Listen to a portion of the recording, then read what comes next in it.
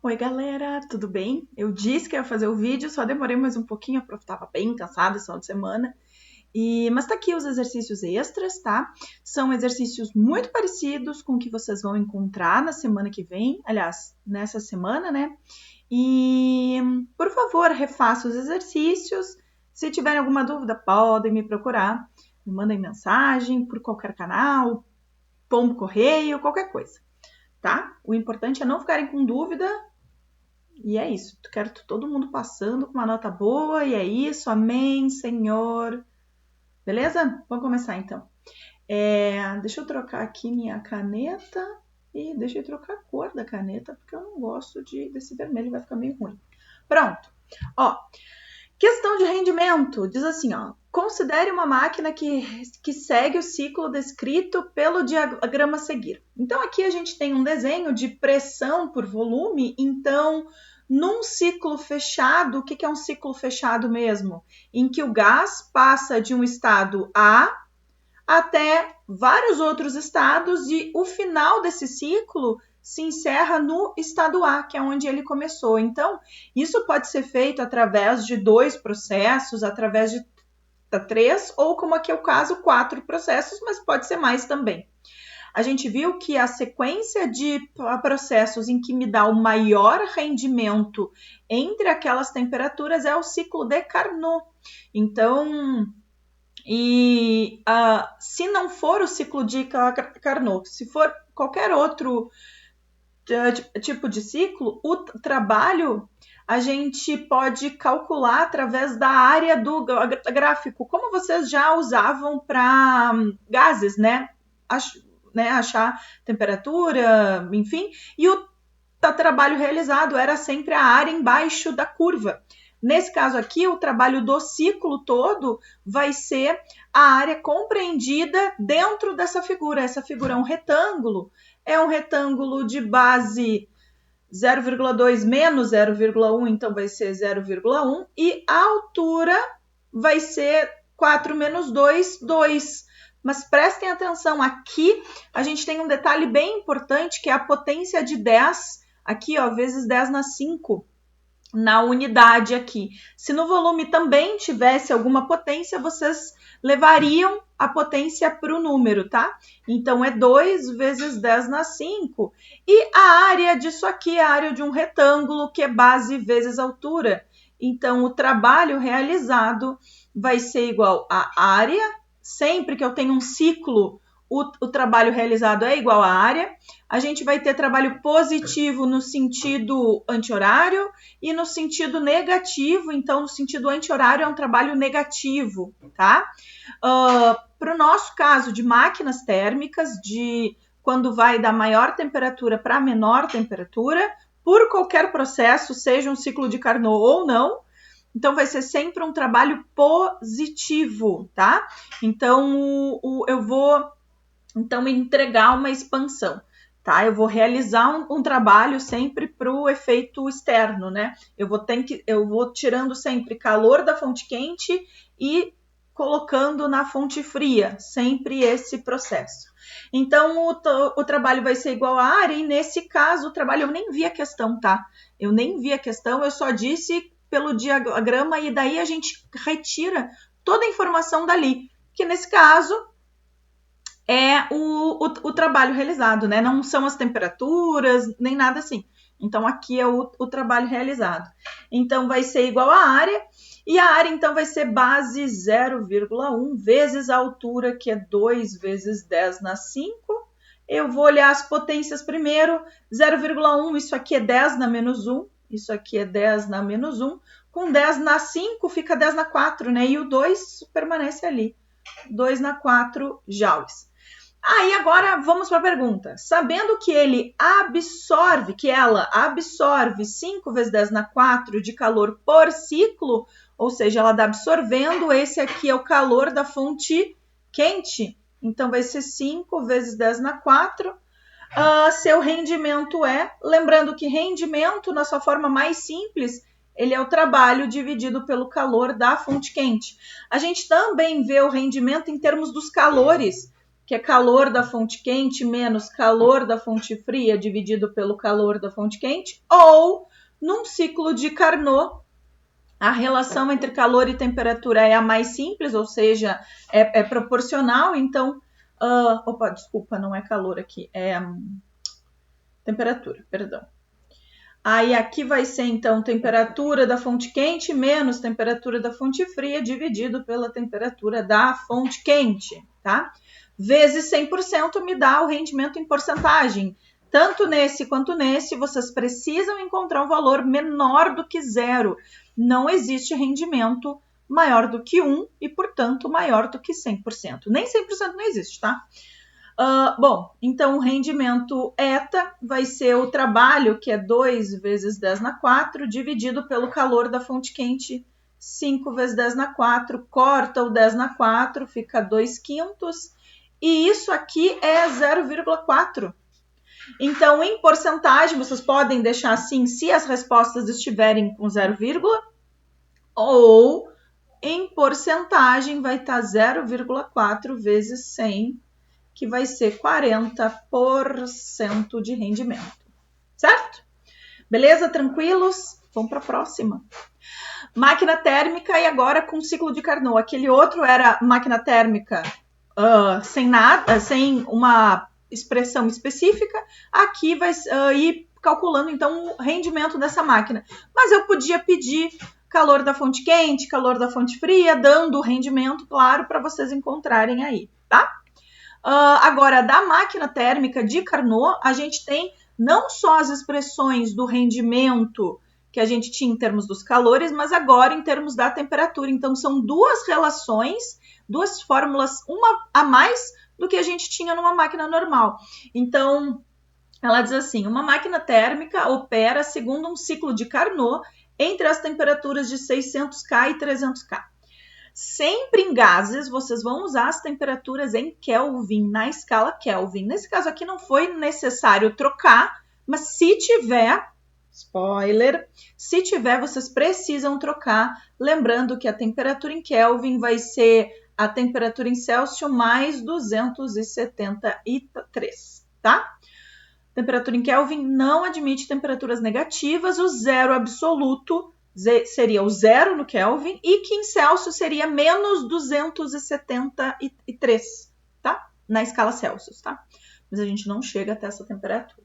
Bom, então a gente pode ver que a temperatura quente é a maior temperatura, claro, que vai ser... Opa, já ia botar 600. Já ia botar 300 em vez de 600, perdão. Então aqui vai ser 600K, temperatura da fonte fria vai ser 300K. Em cada ciclo, ela recebe 900 joules de calor da fonte quente. Então, esse é o QQ. Esse é o QQ. O calor rejeitado para a fonte fria, então, queremos saber QF. E queremos saber o trabalho realizado nessa máquina Bom, com as temperaturas, a gente pode descobrir o rendimento. E com o rendimento... E com um dos calores, a gente pode descobrir não só o calor da fonte fria, mas também com o calor da fonte quente e da fonte fria a gente encontra o trabalho. Então, é essa a nossa linha de raciocínio, tá certo? Então, a gente vai primeiro achar o rendimento dessa máquina. Lembrando, rendimento vocês podem encontrar no ciclo de Carnot, vocês têm duas opções, tanto na fórmula de calores quanto na fórmula de temperaturas. Serve as duas. E vocês podem achar o rendimento através de uma fórmula e usar ele na outra. Porque daí vocês podem, enfim, porque a máquina é a mesma. Então, vocês podem, tem duas fórmulas diferentes para encontrar, duas formas diferentes para encontrar o rendimento. E aí vocês podem usar o rendimento de uma na outra sem problema nenhum, porque é a mesma máquina. Então, tá. A temperatura da fonte quente, então, 600 menos 300 dividido pela temperatura da fonte quente, que é 600, Larissa. 600 menos 300 é 300. 300 dividido por 600, corta esses dois zeros, fica 3 sextos e a gente pode simplificar por 3, fica 1 meio. E 1 meio é 0,5, que isso aqui é um rendimento de 50%, é bastante, né? Bom, Mas para usar o rendimento na segunda máquina é sempre no número decimal, tá? Sempre que vocês forem substituir o rendimento na máquina, ou enfim, se for dado um rendimento em percentual, na fórmula é sempre em decimal. Então, aí na fórmula do rendimento de Carnot, a gente pode usar essa aqui, né? E aí, então, a gente pode usar esse rendimento na fórmula do rendimento normal, que é QQ menos QF dividido pelo QQ.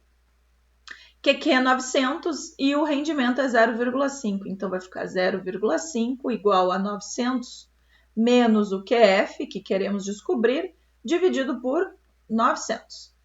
Vou botar 1 embaixo e multiplicar cruzado. Foi isso que eu fiz nas listas que a gente resolveu. Sempre eu coloquei em corzinha para vocês verem que isso eu adicionei o dividido por 1 quando não tem nada para poder multiplicar cruzado, tá? Então, vai ficar 1 vezes qualquer coisa é qualquer coisa, né? Então, vai ficar 900 menos QF igual a 900 vezes 0,5. Então, vai ficar isso aqui, 900 menos QF igual a 900 vezes 0,5, isso aqui é a metade, né, de 900, então é 450. E aqui, cuidado com os sinais, eu vou passar o QF para o outro lado, porque ele vai ficar positivo, e o 450 depois vai passar para o outro lado daqui, que vai ficar negativo. Então, vai ficar 900 igual a 450 mais QF. E agora o 450 tem um sinal positivo, ele vai passar para o outro lado negativo. Então, 900 menos 450 vai ser igual ao meu QF. E então, por isso, o meu QF vai ser igual a 900 menos 450 é 450. 450 joules. Então, respondemos então a primeira questão, que é 450 joules, e o trabalho realizado é só a diferença entre o calor absorvido e o calor rejeitado. Então, vai ficar 900 menos 450, calor da fonte quente, calor da fonte fria, e aí é 450 joules também, que o rendimento é de 50%, né, gente? Então, é isso, tá? Caminho de novo, eu tenho as temperaturas, posso encontrar o rendimento. Com rendimento já me acende outra fórmula que é do rendimento através da fórmula do calor. Eu posso usar no ciclo de Carnot a mesma coisa. Então, eu calculo o rendimento através das temperaturas. Esse rendimento eu uso na outra fórmula, tá? E aí, da outra fórmula, tu encontra o calor. Pode ser o calor da fonte fria, pode ser o calor da fonte quente que eu esteja pedindo, enfim. Vocês já têm, então, uma outra expressão para calcular o calor. Agora, para a parte de calorimetria. Então, olha só, máquina térmica encerrando, né? Tá, os fundamentos também. Eu não coloquei aqui porque eu fiz bastante em aula isso, falando que uma máquina não pode ter 100% de aproveitamento, né? Então, é sempre menor.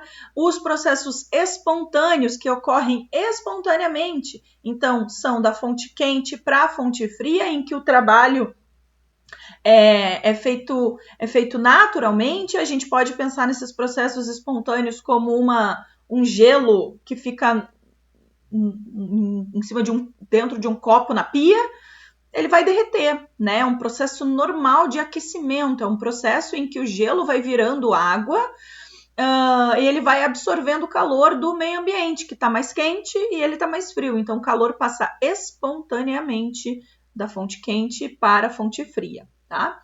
Agora, refrigeradores é o contrário. Lembrem da geladeira. Geladeira, então, é um processo em que a geladeira, dentro ali da geladeira está mais frio, eu vou colocar um objeto lá dentro que está mais quente, sei lá, um queijo que está a temperatura ambiente. Então, esse queijo vai estar mais quente dentro daquela temperatura, dentro daquele lugar que está na temperatura mais fria. Então, o que o refrigerador vai fazer? Vai retirar calor do queijo e jogar para o meio ambiente. Lembrem de que na geladeira, por trás da geladeira em volta, sempre fica mais quente. Isso é a ideia dos refrigeradores. Ar-condicionado faz a mesma coisa. Ele pega ar e joga ar frio para dentro daqui. Então, eu estou trocando a temperatura daqui com o meu adicionando, então, ar frio para cá. Então, o ar frio vai estabilizar ali, e como é um processo constante, né, é um processo ininterrupto, a gente acaba tendo um equilíbrio térmico naquele lugar fechado. Claro, lugares maiores vão demorar mais tempo para chegar nesse equilíbrio térmico, né? E aí tem que comprar o ar-condicionado adequado, com a potência, enfim, adequada para gelar aquele tamanho, né? Ou instalar vários ares, que senão não vence, né? Não dá certo. Mas então, refrigerador eu preciso, e tanto o refrigerador quanto o ar-condicionado, eu preciso de energia para funcionar. Senão, a gente não consegue, então, tirar calor dessa fonte e jogar na fonte quente, né? Que ele joga calor, então, para o meio ambiente, para o meio mais quente. Então, ele retira calor da fonte fria, é o contrário, o processo contrário. Que mais que a gente vai ter nisso? Acho que, assim, eu já falei sobre tudo, agora não me vem nada. Mas, assim, todas as questões sobre teoria, elas vão estar respondidas ou na folha de termodinâmica, tá? Tem exercícios ali que versam sobre os principais temas, e leiam o capítulo, se eu não me engano, é o capítulo 24, é o 20 e 24, né? Que são calorimetria, e o 24 é segunda lei, se eu não me engano. Então, leiam o capítulo de segunda lei para vocês terem mais embasamento teórico para responder as questões. Então, ali também vai ser explicado. Então, usem todos os materiais extras, as anotações que vocês fizeram da aula, os slides, tanto, enfim, que eu postei, tá? E com o que eu escrevi no quadro, tá? Não vai fugir disso. A parte teórica não vai fugir muito, aliás, nada do que tem no livro, do que tem aqui, tá? Então, acho que é isso. Na parte de calorimetria, o que é importante lembrar? Características do calor sensível, ou seja, do calor específico e capacidade térmica. Também o calor latente, né? E também quando eu tenho equilíbrio térmico, então quando que atinge o equilíbrio térmico, tá? Com a temperatura de equilíbrio. Então, basicamente, é isso. Nas curvas também de aquecimento são importantes, tá? Então, vamos fazer essa questão aqui de calorimetria. Uma pedra de gelo, então temos gelo, inicialmente a menos 30 graus Celsius. É aquecida no nível do mar até atingir 110 graus, absorvendo 1.480 quilocalorias. Então, aqui eu tenho 3 processos. O gelo aquece até a temperatura de fusão. Depois, aliás, 4 processos. O gelo aquece até a temperatura de fusão. Depois, na temperatura de fusão, ele derrete. Depois, o gelo que virou água a zero, ele aquece até 100. Depois, aliás, 5 processos, ele aquece até 100. Depois, ele vira vapor a temperatura de 100. E depois o quinto processo é ele aquecer esse vapor, essa massa de vapor até 110, de 100 para 110. Então, são 5 processos em que a gente tem os calores específicos da água na fase sólida, líquida e gasosa são respectivamente. Por quê? Porque eu vou ter calor sensível, tanto calor sensível na fase sólida, calor sensível na fase líquida, que esse aqui vocês precisam saber, os outros não. E calor específico, né, do vapor. Agora, os calores de fusão e vaporização, então calor é o L de fusão e esse aqui é o L de vaporização. Então, eu vou ter todos esses calores envolvidos. E quer saber, então, a massa, né? Calcule desprezível a capacidade térmica. Eu não coloquei o que ele quer, né? Ele quer a massa. Quanto de massa tem que ter para acontecer isso tudo? Bom, começando com que eu sei que absorver o calor total foi 1.480 quilocalorias, ou seja, esse quilo é 1.000, então é 1.000 calorias, beleza. Mas esses calores são 5. O calor 1 vai ser para transformar o gelo em gelo a temperatura de fusão. Então, vai ser MC ΔT. O calor 2 vai ser o calor agora desse gelo que derreteu, aliás, desse gelo que virou gelo a temperatura de fusão para ele derreter. Então, vai ser o M vezes L, então vai ser calor latente de fusão. O terceiro calor, então, vai ser esse gelo derreteu. Agora, esse gelo tem que aquecer. Aliás, esse gelo virou água e essa água, então, aqueceu. Todos é a mesma massa, né? Porque é o gelo que mudou de fase, mas ele continua sendo a massa que ele tinha. Massa de gelo e massa de água vão ser as mesmas, e de vapor também. Claro, o volume que vai ocupar vai ser diferente, a densidade deles vão ser diferente, mas isso não importa. O calor 3, então, eu vou ter essa água. Essa água, então, vai se derreter, né? E vai virar de água a 0, água a 100. Água a 100. Água a 100, então, vai ser M vezes C vezes ΔT. Depois a gente calcula esses ΔTs. O calor 4, então, agora, essa água está na temperatura de ebulição, então, ele vai vaporizar. Então, vai ser agora o calor de vaporização, LV, para transformar essa água em vapor. Depois, o calor 5, o Q5, então, vai ser esse vapor que está a 100, ficar um vapor a 110. Então, MC vezes ΔT. O que a gente faz aqui para pensar nisso, nesses calores, né? É colocar a temperatura inicial e a temperatura final. E aí pensar, para a água, que é o gelo, né? Quais são as temperaturas de fusão e de ebulição? Elas estão compreendidas entre essa régua aqui? Estão. A temperatura de fusão é no 0 e a temperatura de ebulição é no 100. Então, além de ter... Opa, cadê minha coisiquinha? Aqui. Além de ter o calor de mudança de temperatura, calor sensível aqui e calor sensível aqui, nas mudanças de fase, eu também terei o calor latente, certo? Por isso que eu vejo que são 5 calores, tá? Porque a gente vai subindo na temperatura e vendo, não posso passar pela temperatura de fusão e nem de ebulição sem derreter ou vaporizar aquela gelo, água, tá? Então, a gente precisa ir fora que o calor específico, quando é sólido, líquido e gasoso, são diferentes entre si.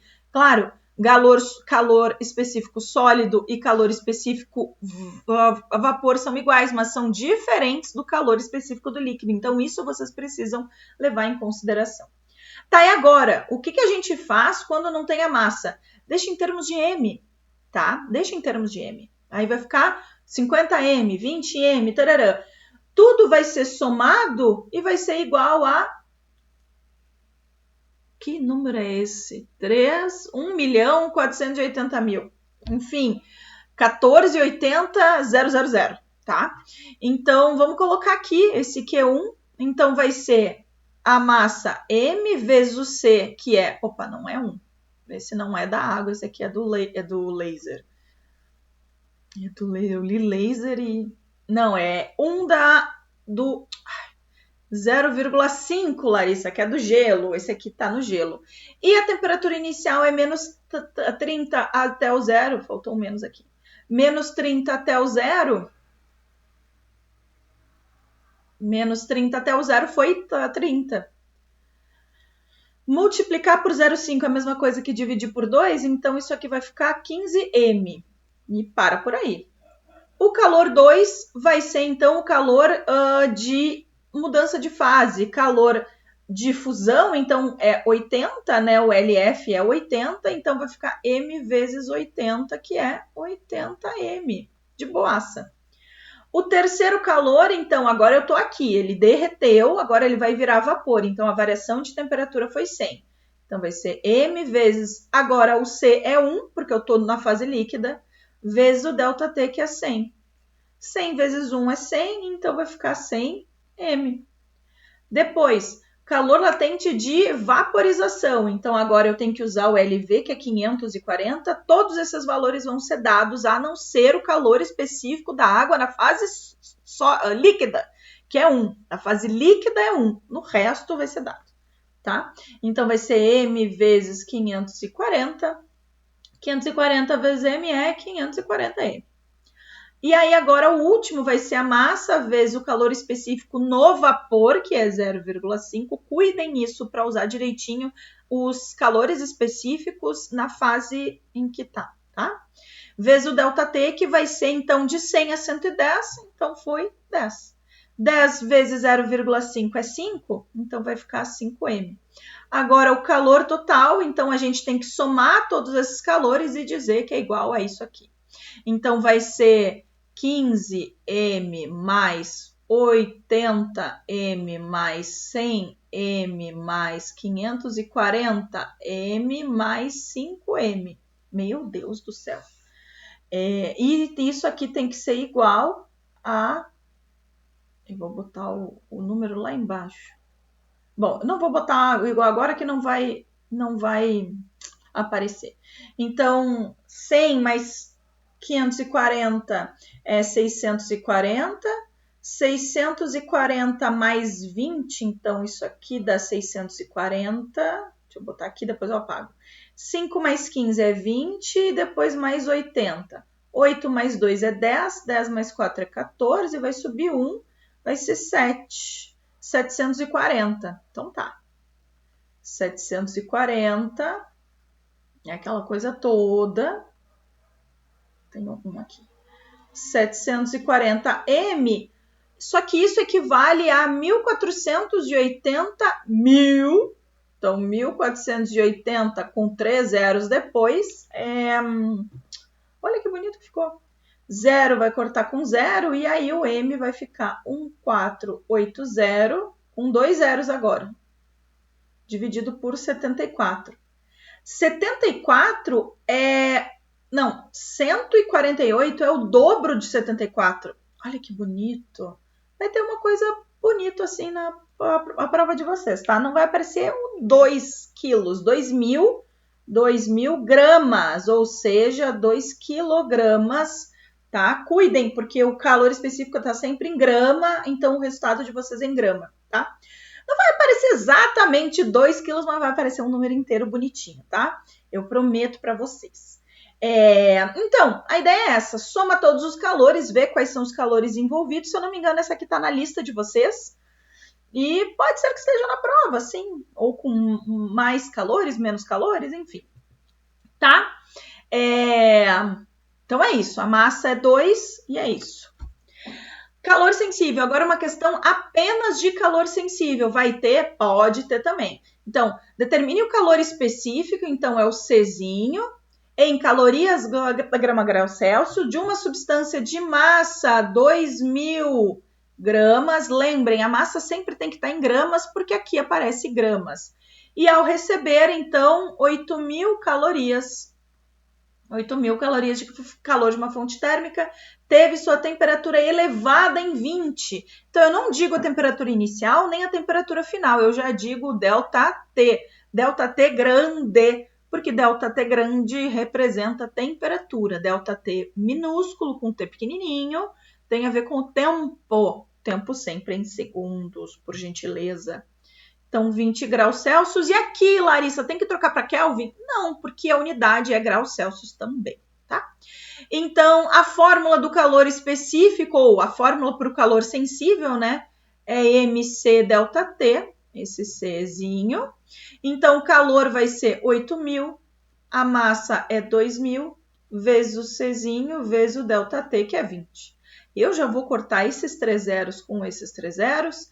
Esse 2 com esse 8 aqui fica 4, aqui fica 1. Então, fica 4 igual a 1 vezes C vezes 20.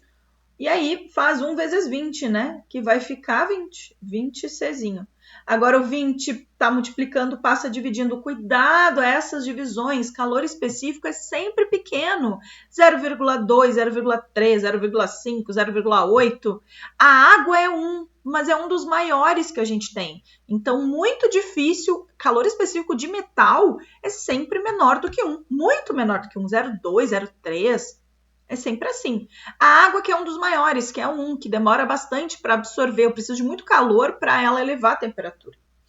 Então, o calor específico vai ficar 4 dividido por 20. Dá para dividir por 4 em cima e embaixo. Então, vai ficar 1/5 e 1/5 é 0,2. Tá aqui. Qual é a unidade que a gente está usando? Se a gente usou calorias para o calor, tá certo? Se a gente usou a massa em gramas, tá certo? E graus Celsius também. Então, caloria, grama, graus Celsius, tá aí. Maravilha, perfeito. Curvas de aquecimento. Para a gente tirar a informação daqui, vai aparecer?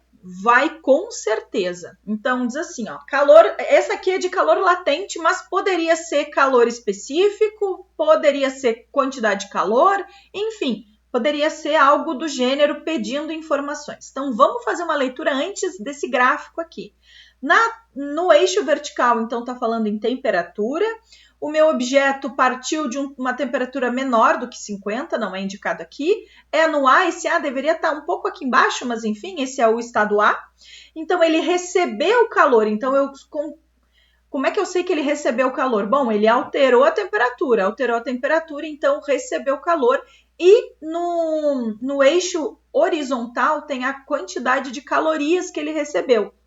Então, aqui ele saiu de 0 a 600, então ele recebeu 600 calorias e variou a temperatura de um valor aqui até 150. Se não for dado especificamente quanto que foi isso aqui, é porque não importa para a questão que a gente vai fazer. Mas se tiver, tem que estar aqui qual foi a variação de temperatura, tá? Ou, enfim, isso aqui daqui a pouco vai ser pedido. Aí o X de vocês vai ser a temperatura inicial, tá? Bom, isso foi no processo AB. Ganhei temperatura, então é um processo de calor sensível, ou seja, aumento de temperatura da fase, conservando a mesma fase. Aqui chegou no B e do B para o C é a reta horizontal. Se a reta é horizontal, ele não mudou a temperatura, mas ele absorveu caloria. Quanto que ele recebeu? De 600 a 800, então ele recebeu 1.200? 8 menos 6, 2. 1.200 calorias ele recebeu no processo BC. Então, qual que é o processo que ele recebe calor, mas ele não muda a temperatura? É mudança de fase, então é o calor latente aqui. E depois do C em diante, ele recebeu calor de 1.800 a 2.600 e alterou a temperatura de um início de 150 até, sei lá, a metade aqui, 125, 225, enfim. Mas também não importa, se não tiver especificado é porque não vai ser importante, tá? Então agora vamos ler o que o enunciado nos diz, mas a gente já... e a massa é 250, então já temos a massa aqui, só de olhar para o gráfico a gente tira essas informações, tá? Então, no gráfico a seguir, vemos a temperatura de uma massa de 250 gramas de uma determinada substância, inicialmente no estado sólido. Inicialmente no estado sólido, me diz que esse aqui está no sólido e essa mudança aqui é de sólido para líquido. Então, o que a gente tem na temperatura de 150? É a temperatura de fusão. É a temperatura de fusão. Então, em função da quantidade de calor recebida. Então, ela recebeu 1.200 calorias e mudou, e a temperatura de fusão, então, ficou 150 neste processo. Aí pergunta, quais são os tipos de calores envolvidos nos processos AB e BC? Bom, AB a gente já tinha visto que é o calor sensível. Então, A para B é o calor sensível. Calor sensível de mudança de temperatura. E isso aqui é na fase sólida. Tem que indicar tudo isso, tá?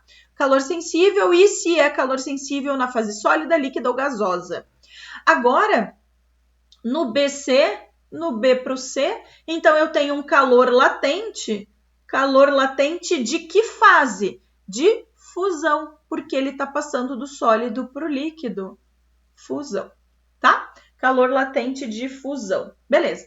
Agora B, calcule o calor latente de fusão nessa substância. Calor latente, lembrem que calor latente de fusão é o LF. Tem o mesmo nome do calor.